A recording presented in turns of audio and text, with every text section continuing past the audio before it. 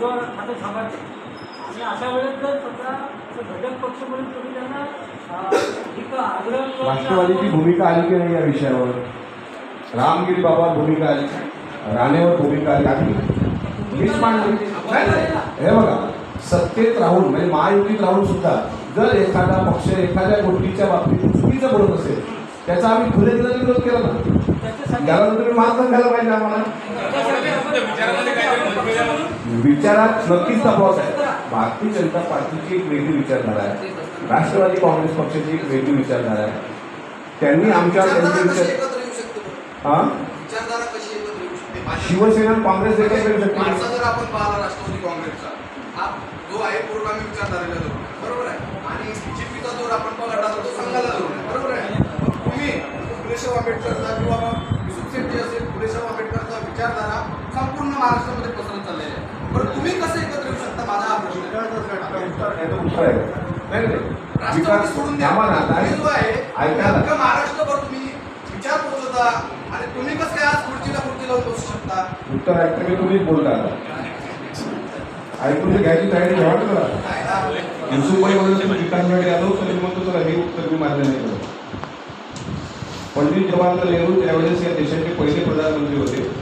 त्यावेळेस त्या मंत्रिमंडळामध्ये डॉक्टर बाबासाहेब आंबेडकर कानून मंत्री होते आणि श्यामाप्रसाद मुखर्जी हे सुद्धा मंत्री होते. श्यामाप्रसाद मुखर्जी RSSचे होते.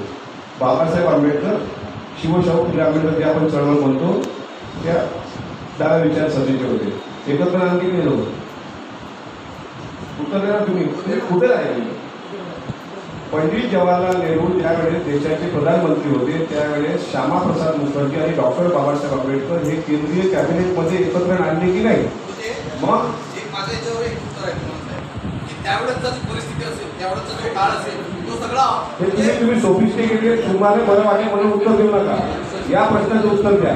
जर ही विचारधारा एकत्र येऊ शकते, ही विचारधारा जर आता आम्ही म्हणतो ना आम्ही त्या विचारधारा नाही सोडली आणि उद्धव बाळासाहेब ठाकरे यांची हिंदुत्ववादी विचारधारा आहे हो की नाही? तुम्ही आता एका प्रश्न उत्तर आहे.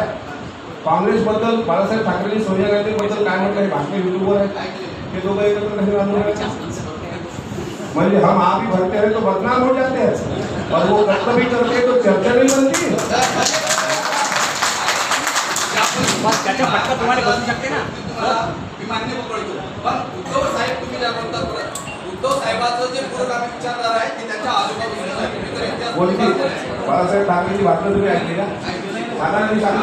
बाळासाहेब ठाकरे पण कट्टर हिंदुत्ववादी होते साहेब. अहो साहेब ऐका, तुम्ही मला प्रबोधन ठाकरे ते हिंदुत्व मला नका सांगू. मी बोलून चालू आहे ते हिंदुत्व. तुम्ही खरे बाळासाहेब ठाकरे जर वाचले असाल इथं वाचलेलंच आहे.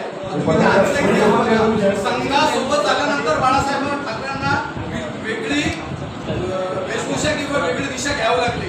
त्याच्या आधीचा बाळासाहेब ठाकरे जर तुम्ही वाचला तर तुम्हाला कळेल. कोणत्या पेपरचे आहे तुम्ही? माझा स्वतःचाच पेपर आहे. महाराष्ट्र बदल पत्रकार संघटनेचं काम करतो. बरोबर. माझा स्वतःचा पेपर आहे.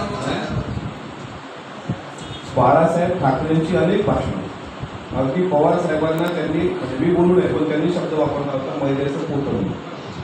इतक्या टोकावर त्यांनी वापरलेली भाषा किंवा मुस्लिम समाज नमाज पढतो तर रस्त्यावर ते कशा पद्धतीने पडतात हे त्यांचं असलेलं भाषण. सोनिया गांधी काँग्रेसच्या त्यांच्याबद्दल त्यांचं असलेलं भाषण आणि आज ते एकत्र राहत आहेत ना, राहत आहेत की नाही?